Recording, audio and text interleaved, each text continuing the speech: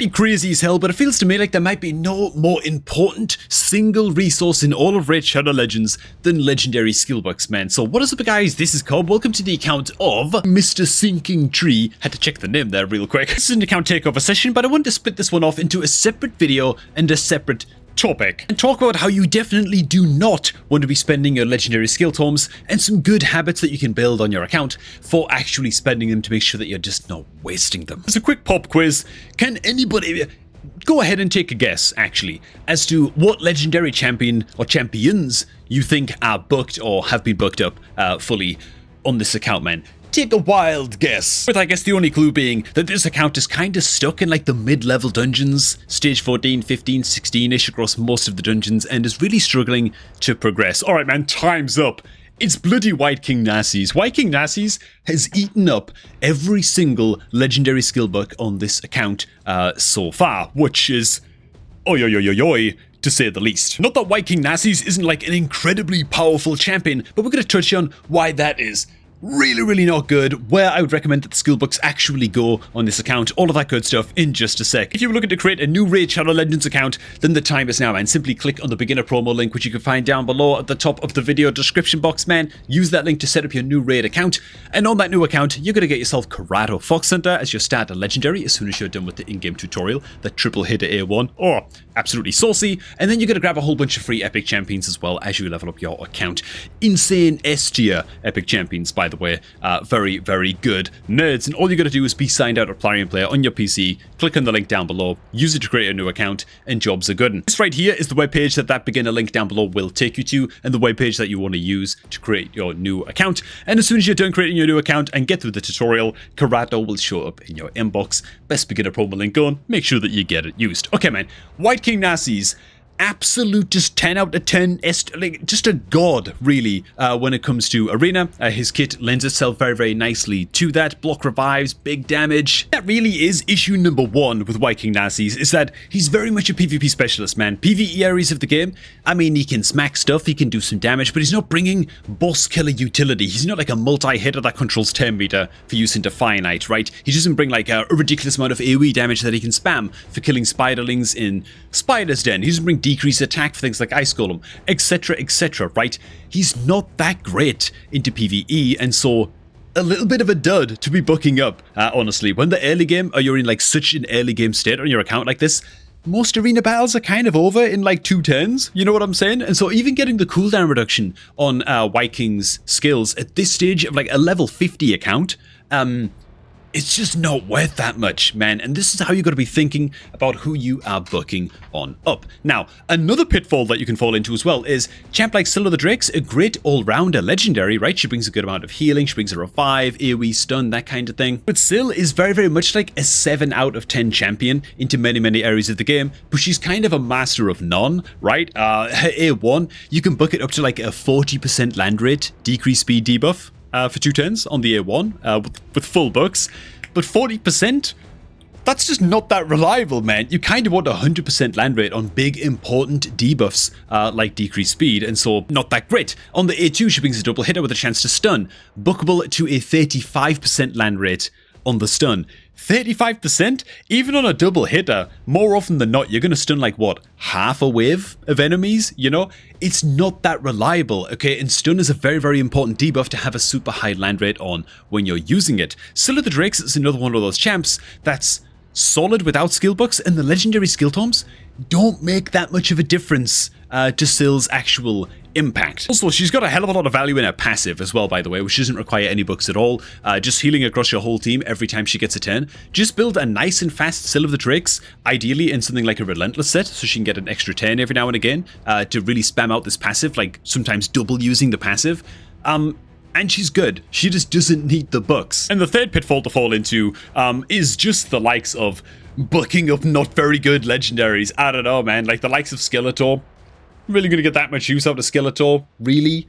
Probably not. Leave Scatosis is another one. Like, this guy should just never ever receive a legendary book ever in his life, and that's just a little bit tougher for newer players to know. If you're not sure if a champion is any good or if it's going to help you out in a certain area of the game, just type into Google Hell Hades, and then the champion's name, and just check the champion's reviews on hellhades.com if you're not sure. It's like the ultimate go-to for just knowing if a champion is decent as a beginner, you know. Hellhades.com, it's not always mega accurate exactly, but it's accurate enough to help you out if you really don't know what you're doing. Now, in perfect contrast to Seal of the Drakes, by the way, we've got the likes of Vizix the Unbowed. This is an example of a fantastic champion to buff on up. Why? Because you can buff her 10 meter steal skill on a A1. It's a double hitter, each hit with a chance of stealing 10 meter, 15% on each hit. You can buck it up to 100% land rate. This is a very, very important skill to bring into places like Fire Knight, and having it at 100% land rate means that you can start building full auto teams that can just farm Fire Knight, and they're never gonna fail, right? She's also got the A2, we decrease speed debuff, very, very important debuff to bring, bookable to a 100% land rate once again, and you can reduce the cooldown by a turn. Also, fantastic stuff. Same thing with the Provoke as well, although it's already a 100% land rate, which is great. You can book it down with just one buck to get it down to a 310 cooldown. So cooldown reduction and important buffs and debuffs that you can get to a 100% land rate with your bucks are very, very, or should be considered to be very, very important places for your bucks to go. And so knowing all of that, you can probably also predict, if you've played this game for any amount of time, you can also probably predict which champion I'm going to point to next in this roster that I would also focus the bucks on next, right? If you're more of a veteran player, it's probably kind of obvious that I'm looking at Razelvag next, right? This is another great champion to get bucks on because you can get him the increased speed buff, strong version, very, very nice on his A3, and you can get a bug down to a 310 cooldown. In addition, Razelvag also brings some healing with his A2. He brings a triple hit at A1, which has got utility in Fire Knight, of course, and he also brings a speed aura in all battles by 20%. Speed auras in general, especially speed auras that are active in all battles, are always mega useful, right? Plus speed auras tend to be like some of the best auras in the game, certainly for PvP, but also in just a hell of a lot of PvE areas as well. And so that's another consideration. How many areas of the game are you going to be using this champion in? Well, in Razelvag's case, probably most dungeons, probably Hydra, maybe Demon Lord Clan Boss, definitely in Chimera. Like, you're going to be using this guy everywhere. You know what I'm saying? In fact, one of the exercises that I recommend doing if you're a newer player is do your homework, right? Watch like a little quick guide on each of the main dungeons in Raid Shadow Legends, right? That's like Dragon, Ice Golem, Spider's Den, all of that. Maybe even watch like a little clan boss guide as well. Do your research a little bit, and then what you want to do is go into your account, right? Just open up any old stage of the dungeon. You want to go into your team setup, right? Where you can plan your teams and set up your teams. And as you can see right here on this account, I've set up a bunch of dungeon teams just syncing to use. And these are teams that are just planned out. A lot of these champions aren't booked up yet and stuff like that, but what these teams are going to do is give us an idea of what kind of champions we probably want to be building out on this account, right? Champions that appear over and over and over again in multiple of the teams and are doing a job for us in multiple teams.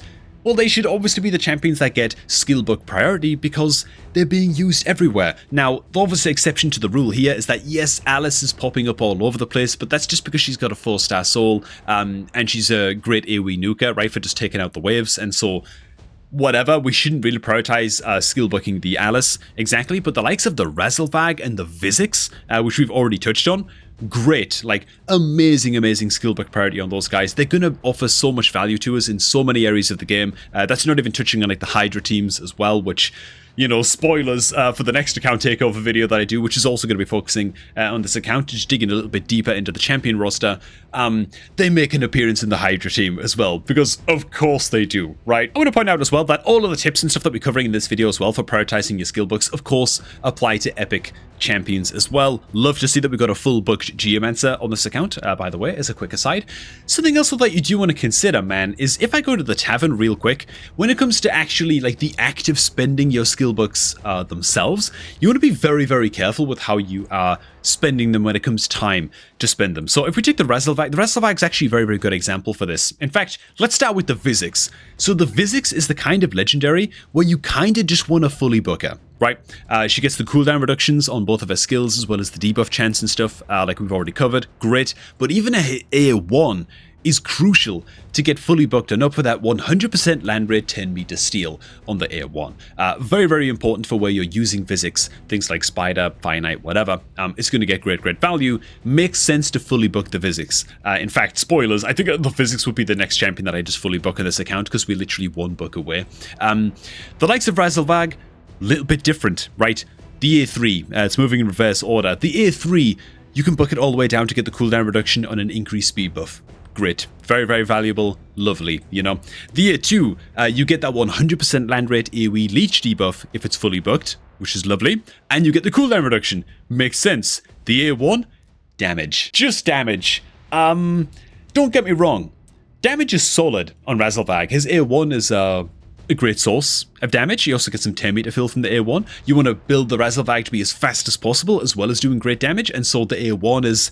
it's not valueless to get it booked up. In fact, I probably would book it up over time. Okay, what I'd actually do with the Razzlevag is, if I was going to book this champion right now, we need a total of 8 skill books to fully book up his A2 and his A3, and so if I was going to book this Razzlevag, I'd actually put 8 skill books into the Razzlevag and save the final book, just to see if we get lucky and can fully book out the A2 and the A3 without putting any books into the A1 if we can avoid it. Why? Well, we've got other champions on the account where we might want to be putting those skill books. If we were to get lucky and fully book out the A2 and the A3 on the Razzlevag, that extra spare skill book might then want to go into something like the Physics, where we can maybe get lucky and get like the cooldown reduction on the A3 or something, you know? So you want to perform triage a little bit with your legendary books like this, and same thing with epic books as well. Not all of your epic champion skills need to be fully booked on up, they just don't.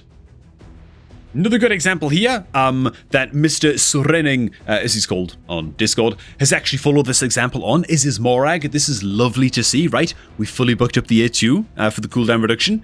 We fully book up the A3, similarly for the cooldown reduction. The A1, we've just left it. It's fine, one book went into the A1. We don't need to then go in and fully book up this Morag. We can do it later on if we've got like epic skill tomes coming out of our ears, because we're farming like the harder stages of clan boss and stuff like that. It's fine, we can get to that, but the A1 is not a priority to get booked up on the likes of Morag, right? So the same logic applies. Anyways, I just thought I'd shoot this happy little video, man. It's a bit of an aside to the main account takeover on this account that we're going to be doing. It'll probably be like tomorrow's video, maybe it'll come up in a couple of days from now or something like that, which, by the way, this account has a massive, glaring issue that I'd be very, very impressed, man, if people are able to spot what that is. Feel free to go ahead and drop it down below in the comments. Just looking at the champion roster, man, forget the legendary skill books and the epic skill tomes and how those have been spent and all of that stuff. What issues do you see with this champion roster, man? I'd love to hear what you guys think about that down below, man, and see if you can predict what the theme of the next account takeover video on this account is going to be ahead of time. I'm going to be watching the comments on this one, man. Hey, thanks for watching, guys. I hope you all did enjoy, man. I hope I just provided some little pointers here for spending your epic and legendary books in particular. And yeah, have a good one right after creating a new raid account using the beginner promo link that is down below at the top of the video description box, man, to get your hands on your Corrado and a whole bunch of free epic champions as you level up your account as well, man. Best beginner promo link on, make sure to get it used, and I'm going to catch all of you all just a tad bit later, man.